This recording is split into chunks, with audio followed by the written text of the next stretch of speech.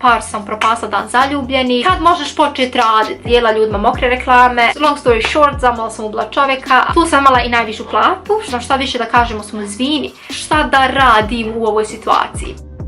Ćao svima, ja sam Smina i dobrodošla nazad na moj kanal. Kao što vidite po naslovu, danas vam snimam jedan story time o svim poslovima koje sam ja radila u mom životu. I pošto sam ja radila samo u Švedskoj, znači svi moji poslovi u Švedskoj. Zašto vam snimam ovaj video? Jeste zato što kada sam objavila moj posljednji video o životu u Švedskoj, pričala sam o jeziku, poslu i školi. Ja sam u tom videu spomenula da sam ja isto radila i dosta vas je pitalo koje si poslov radila, šta si radila, možda mi pričati o tome i tako dalje i tako dalje. I da jednostavno da možda neku bolju sliku vama kako to sve ovdje funkcioniše, barem onim poslovima i kojim sam ja radila. Mislim da je jako važno da opet napomenem da o svemu što pričam u ovom videu je samo bazirano na moja iskustva. I samo moja iskustva. I kroz ono što sam ja prošla i kako sam ja te stvari doživjela, ne mora da znači da svi imaju iste mišljenja kao ja. Kako bi ovaj video bio zanimljiviji i vama i meni, ja sam odlučila da podijelim slike koje imam, koje nađem s tih poslova. Pričat ću o tom redoslijedu koje sam ja radila i lamovima na tim poslovima jer ih je bilo. Ok, bilo ih je. Želim isto tako da napomenem jednu stvar prije nego što počnemo sa ovim videom, a to je da kad sam objavila taj video, kad sam spomenula znači da sam ja radila tokom mog školovanja u tom videu, neki su pisali i pitali me zašto sam uopšte radila kad imam svoj YouTube, svoje društvene mreže. Zato mislim da je jako važno da napomenem da kada sam ja radila neke od ovih poslova, ja nisam uopšte ni počela bila sa YouTube-om. Kada sam ja već počela sa mojim društvenim mrežama, godine su prolazile, ja nisam ništa od ovog zarađivala. Kada sam ja već počela da zarađujem par od mojih društvenih mreža, ja sam imala posao sa strane. Tako da sam ja u jednom periodu imala posao sa strane, zarađivala pare sa mojih društvenih mreža i dobivala pare od škole, jer se školujem, CSN. Za vas koji ne znate šta je, saznajte, ima u mom prošlom videu o životu u Švedskoj. I ja sam znači kao jedan đak u gimnaziji imala 3 različita primanja and I was living my best life, ok? Od prvog dana u školi u Švedskoj do prošle godine kada sam završila fakultet, znači ja sam imala primanja svaki mjesec, svake godine. Ali ja sam te osobe koja želim svoje pare, želim da sebi kupim što god poželim. Ja nikad nisam htjela da zavisim od nekoga, nisam nikad htjela da moram da čekam da mi mama da koju marku da idem sebi nešto da kupim ili da mamu molim za neke tijene ili majicu koju ja želim. Već jednostavno ja sam htjela da to priuštim sama sebi i to je jedan od razloga zašto sam ja radila i kada nisam trebala da radim. A istovremeno ja sam uvijek htjela da probam nešto novo. Šta me to košta? Ništa. Ako mi se ne sviđa, idem dalje. A to su jedni razloga zašto sam ja radila, iako možda nisam trebala da radim, tako da, da. A sad kad trebam da radim, ne radim, Bože me sačuvaj. Prvi posao u mom životu koji sam ja ikad radila je bio ovdje u Švedskoj i to je bilo dijeljenje reklama, dijeljenje novina. Od sandučića do sandučića. Da, ja iskreno da budem, ne znam uopšte kako sam uopšte došla na tu ideju da mogla to da radim. Ono što se radi kada dijelite te reklame, to su općenito tinejdžeri što to rade i dan danas vidim neku djecu kad donose nama novine. Ja kad sam dobila posao, ja sam imala moje biciklo i od njih sam dobila jednu prikolicu malu što se zakači na moje biciklo i na toj prikolici sam znači imala novine. Svake sedmice vi dobivate novine i kartu gdje trebate da idete. Te novine kad vam dovezu, oni samo izbaci ispred vrata, ispred kućnih vrata. Te novine uopšte nisu bile sortirane. Znači dođe 15 različitih vrsta novina i sad vi trebate da to sortirate kako bi svaka osoba, svaki sandučić dobio podjednako. Od svega po jedno. Razumijete? I vi niste svjesni koliko to vremena uzme da vi hrpu novina sortirate, tačno. Ti sam se znači bavila već prije nego što trebam da krenem da dijelim te reklame. Vi dobijete kartu, općenito dijelite reklame negdje u vašoj blizini. Međutim, ja sam dobivala i mjesta koje su podaleko od mene. Jeste, računaju se da su ovdje u mom naselju, ali biciklom je možda trebalo 20 minuta do tog mjesta, tako da je to poprilično daleko. I vi što radite jeste da idete od sandučića do sandučića i dijelite te reklame. Za sav taj posao koji radite ne dobijete ništa, ja se ni ne sjećam, ja ne znam, ja sam za jedan mjesec uspjela da zaradim 1000 kruna, što je otprilike 100 eura, a toliko posla ima. Znači prvo uzme vam 2-3 sata najmanje da raspodijelite sve te reklame. Onda dok dođete do mjesta gdje trebate da dijelite te reklame i onda da dijelite reklame. Meni je mama nekoliko puta pomagala zato što je bilo žao mene, jer stvarno nekad sam znala da ne dođem kući po 5 sati jer ne stignete jednostavno od mjesta do mjesta, od sandučića, ako je zgrada morate da silazite, ponesete sa vama. Ne djeluje tako, ali stvarno ima toliko posla, a jako loše plaćeno. Sad, toliko godina poslije, ja ne znam jesu malo drugačiji sistem imaju što se tiče barem sortiranja tih novina, da li je veća plata sada ili nije, ja ne znam. Ali za jednog tinejdžera koji je 14-15 godina, ja mislim da je to sasvim ok posao, da osjeti on šta je posao, šta znači da se radi i da osjeti jednostavno svoj prvu plaću, da su oni zaradili nešto. Sad, jedan incident koji se meni desio, kojeg se ja sjećam kao da je to juče bilo, zamislite sad ovo, snijeg je napadao, znači napadao. Ja se spremam, oblačim znači zimsku jaknu, rukavice, svu opremu imam, zakačim onu prikolicu na moj biciklo i krećem. I vozim se ja od sandučića do sandučića i dođem do jednog sandučića gdje piše ne želim reklame, hvala. Ok, preskačemo taj sandučić i taman, ja hoću da se vratim na moj biciklo. Žena koja je živjela u toj kući, koji nisu htjeli znači reklame, ona je imala ka ulici ogroman prozor. I sad je ona sjedla tu za stolom i na svom laptopu bila. Kad ona meni maši, ja njoj mahnem, kom tam pozdravlja se sa mnom, šta ti ja znam. I ona kao ono drma glavom da hoće reklame, ja je pokažem i ona ono hoće. Ok, ja uzmem reklame, ja stavim u sandučić. Ja se vraćam na moj biciklo, ja trebam da krenem s tim biciklom. Ja se prevrnim sva. Ja kako sam pala, na mene je biciklo nekako palo, ne znam nija što se desilo. Meni nije ni u tom trenutku ni bitno šta je sa mnom. Ja se okrenem, prikolica se prevrnula, novine na sve strane, po snijegu. Mene fata panika kad ne znam šta da radim. Sve novine u toj prikolici su bile mokre. Mokre od snijega. Ja ne znam smijem li uopće dijeliti ovakve reklame. Šta da radim? Šta da radim u ovoj situaciji? Ma ja u jednom trenutku kontam, shit, ona je vidjela da sam se ovdje razlijepila ko palačina i da samo što nisam počela plakati zato što me zabolila noga jer je biciklo pala na mene. I ne znam šta da radim s novinama. Ja se okrenem prema prozoru da vidim je li ona i dalje tu. Naravno jeste. Ona sjedi za svojim laptopom i kuca ovako. Pa malo u laptop gleda, malo u meni. Malo u laptop gleda, malo u meni.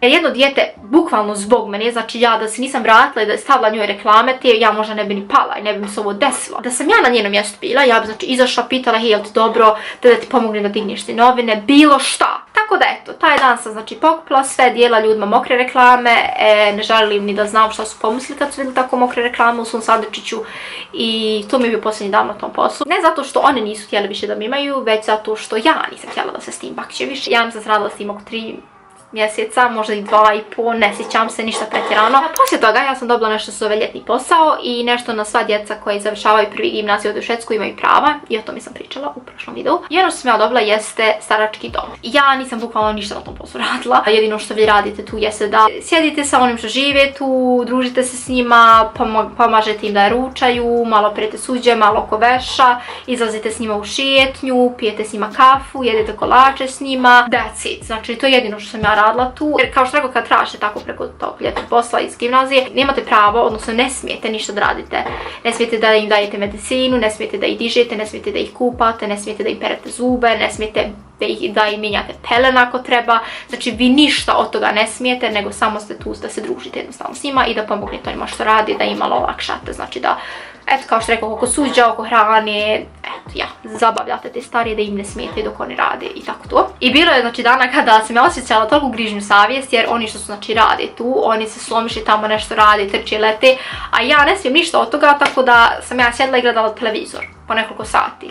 Koliko sam zaradila na tom poslu, kao što rekao, bila sam tu samo mjesec dana, čak nisam ni bila sve dane tu, bila sam bolesna, tako da nekoliko dana sam propustila, ali sam zaradila oko 11-12 hiljada, mislim nisam ništa radila, tako da to je bilo jako dobro. Vrijeme je da vam ispričam jedan incident sa ovog posla. Jedan dan bio jedan čiko kojeg sam ja jako volila, on je meni bio toliko sladak, puno smo pričali, ja i on ukazio slike kad je bio u vojsci, svoje ženi, o svojoj djeci, sve to on meni ispriču.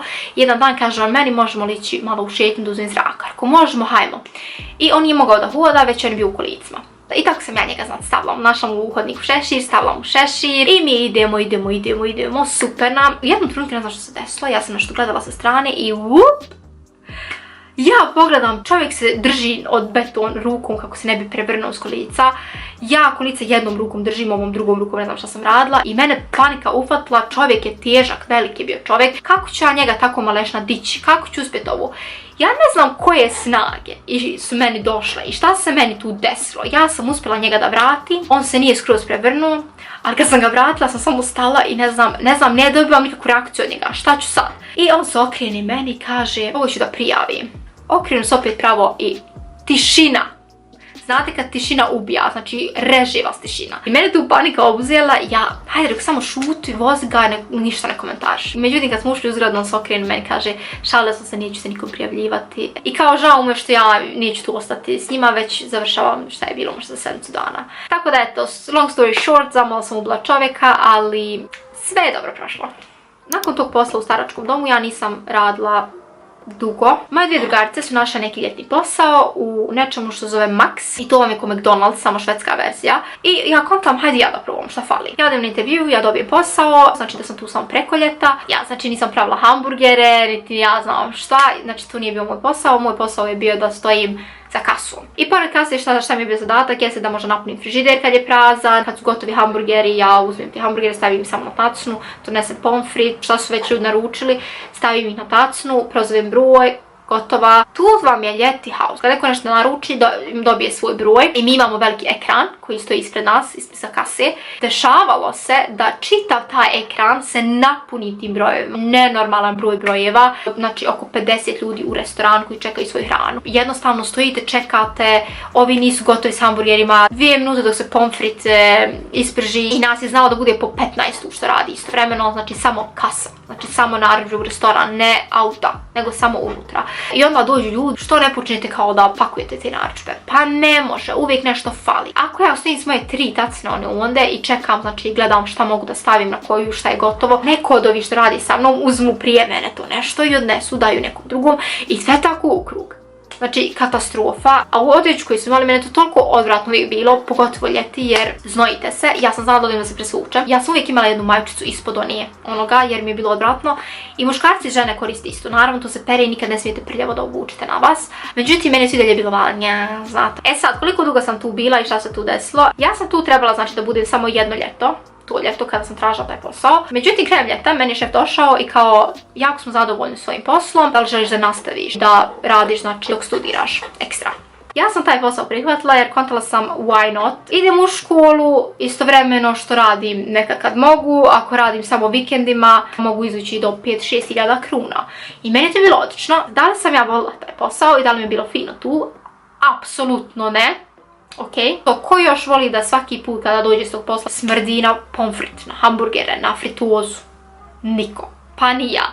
Još sam ja u tom periodu imala jako dugu kosu, znači ja sam morala kosu prati nekoliko puta sedmično jer ne može, jednostavno smrdi, mama mi dođe kaže jesmina kosa ti užasno smrdi i se okupaj. Druga stvar, jednostavno ništa za mene, ništa gdje bi ja ostala čitala svoj život, nego je to samo bio taj period i tu sam znači ostala to ljeto i ljeto poslije toga i onda sam prestala. I tada je šef bio jako ljut na mene i pitam zašto ne možeš, kako ne možeš, ja mu kažem zato što imam školu. Ja meni kaže imala sam školu i dosta. Rekao jes, ali sad je ozbiljno, sad je postalo ozbiljno u školu, znači ja ne mogu.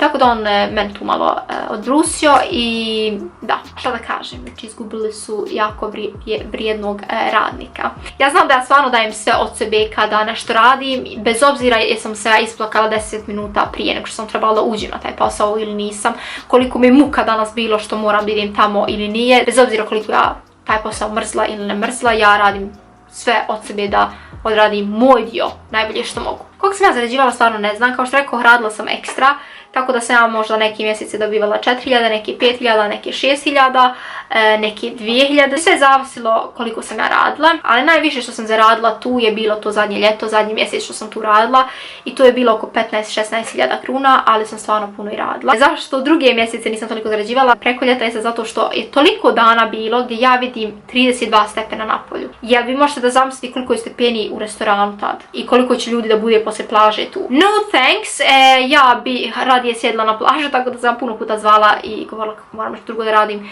da ne bi išla kako bi ja mogla da budem na plaži.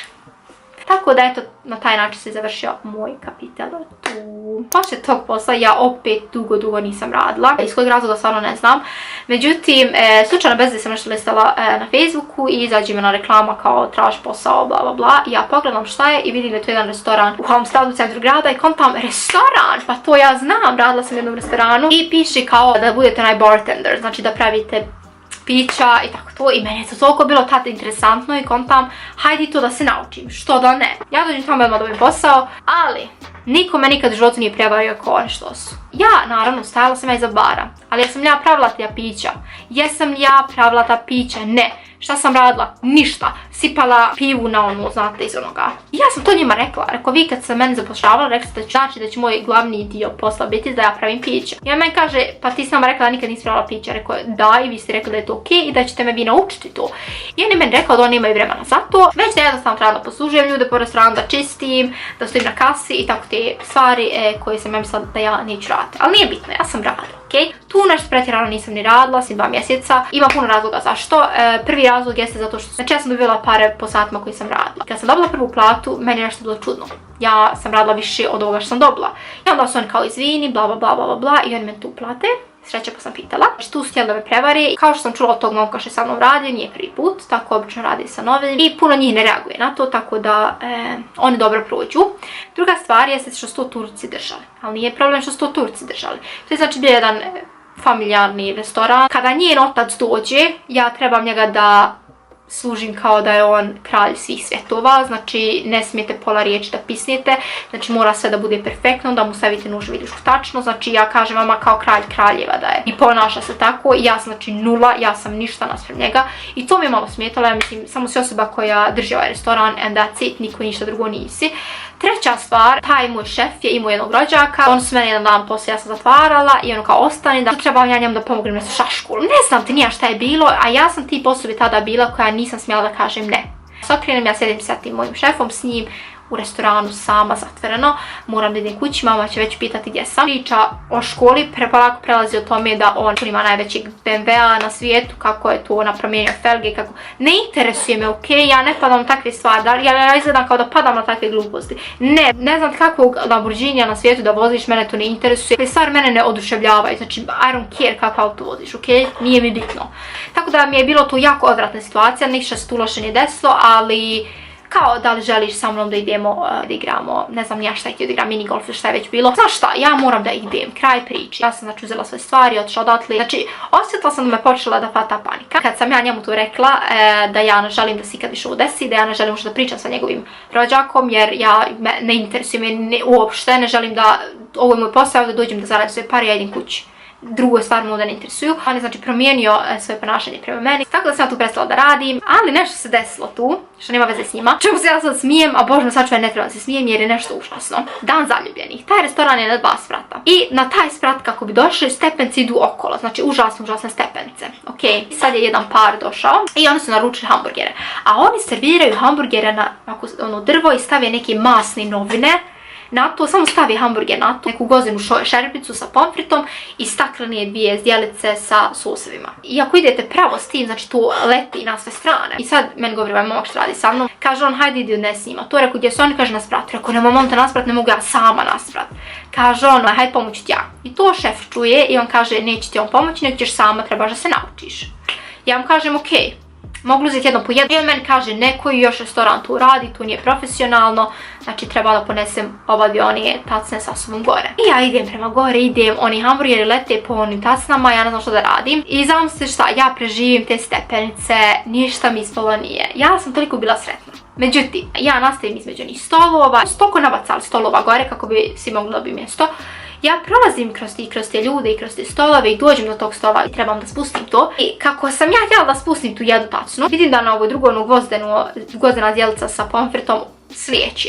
I kako bi ja vratila to bum bam bum sve na pod, bukvalno sve na podu. To je toliko luplo, all eyes on me. Ok, ja nisam znala šta da radim, ja počnem da kupim. Čujem kako taj čovjek govori toj ženi kao, pa nema veze, idi u WC operse. Idi u WC operse. I kontam, what? Ja se okrenem, dignem i ono kao da im kažem izvinite, sad ću pokupiti, dobit ćete nove hamburgere, sorry. Ja se okrenem i vidim da je toj ženi ti sosevi što su bili na toj tacni. Znači čitava njena lijeva strana je bila zalijepljena. Kosa, odjeća, po jakni je došlo, po cipelama. Ja sam se toliko stidla. Ja mislim da u životu se više nisam obrukala.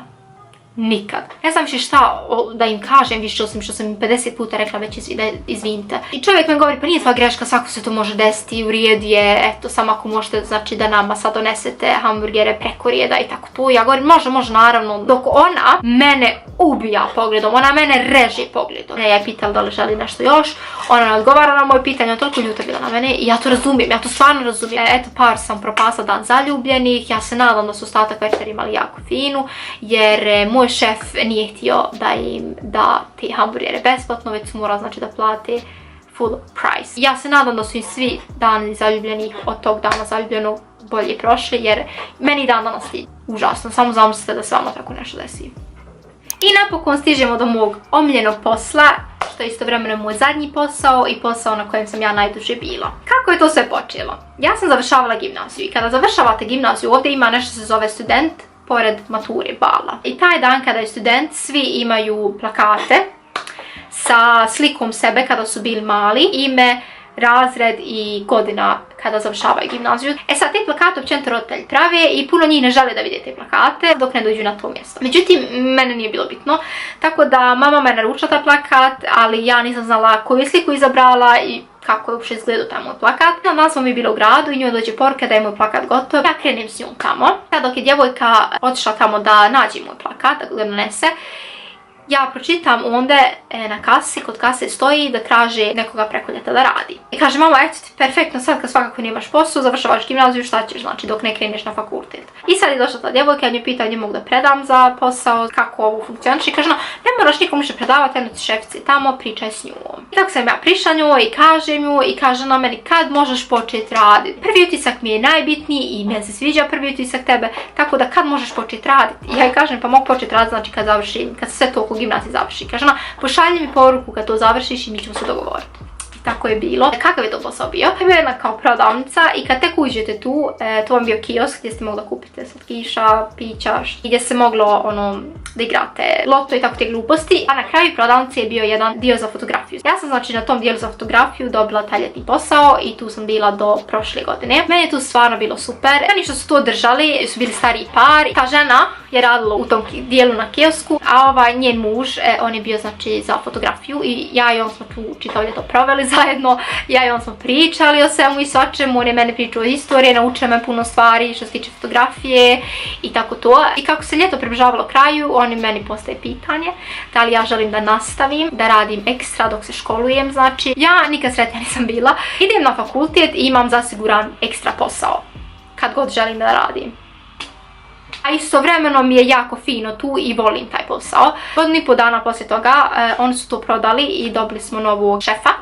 I taj šef odluči da mene zadrži. Stvarno kažem, i taj par i ovaj sad zadnji šef što sam imala, nikad bolje ljude i šefove u životu ja nisam srela. Imaju toliko razumijevanja, znači on se ponašaju kao da su vaši prijatelji. Stvarno sve troje lovit, ja kažem, više sreće u životu u tom periodu nisam mogla da imam. Znači da ja možda nisam otišla s mamom da pokupim taj plakat, ne bi ni vidjela taj posao, a stvarno mi je bilo super tu. Šta sam ja tu radila? Ja izrađivala slike, fotografisala bebe za lokalne novine ovdje u Halmstadu, razne plakate, pozivnice, zahvalnice, izrađivala ogromne fotografije, znači koje su bile duže od metar, izrađivala ni kanvas slike, znate ne na platu slike što se zakači za drvo i to sam pravila, kalendare sam pravila, puno editovanja sam tu radila, obično fotografisanje za djecu i odrasle, porodično fotografisanje i profesionalno fotografisanje za vozačku, za pasoš, za ličnu kartu i tako to, te stvari. Tako da uvijek je bilo nešto zanimljivo tu da se radi, pravila razne kampanje što smo imali tada. Znate one knjige sa slikama unutra, to sam isto pravila, izrađivala. Sve tako što mi je bilo drago je zato što ja volim fotografiju, editovanje videa i tako te džidže, znači ja volim to sve. Tako da meni je bilo jako fino tu, ali došlo i meni na kraju vrijeme da jednostavno ja želim da probam nešto drugo i da završim moj kapitel tu. Incidenata tu stvarno nemam jer kao što rekao bilo mi je jako lijepo tu. I tu sam imala i najvišu platu što mi je bilo jako dobro. Pošto sam ja zarađivala po satima koje radim, ne zavisilo koliko sam jedan mjesec radila, tako da sam mogla zaradim 2000, nekad sam mogla zaradim 15.000, nekad sam mogla zaradim 16-17, tako da sve je zavisilo, ali imala sam jako dobru platu za one sate koje sam radila, tako da meni je to stvarno bilo super. Tako da to sam svi poslovi koje sam ja radila ovdje u Švedskoj, u mom životu i ja se nadam da ste dobili malo bolju sliku kako šta sam ja radila protekle ove godine, isto tako kako je na kojim poslovima, otprilike, atmosfera, plata i tako dalje. Tako da eto, ja se nadam da vam se ovaj video dopao, ako jeste obavezno ga lajkujte i komentarišite mi koji je vaš prvi posao bio ili šta je vaš posao iz snova, s čime vi želite da se bavite. Mislim da je to jako interesantno. Tako da eto, pretplatite se na moj kanal i mi se vidimo uskoro u sljedećem videu. Ćao!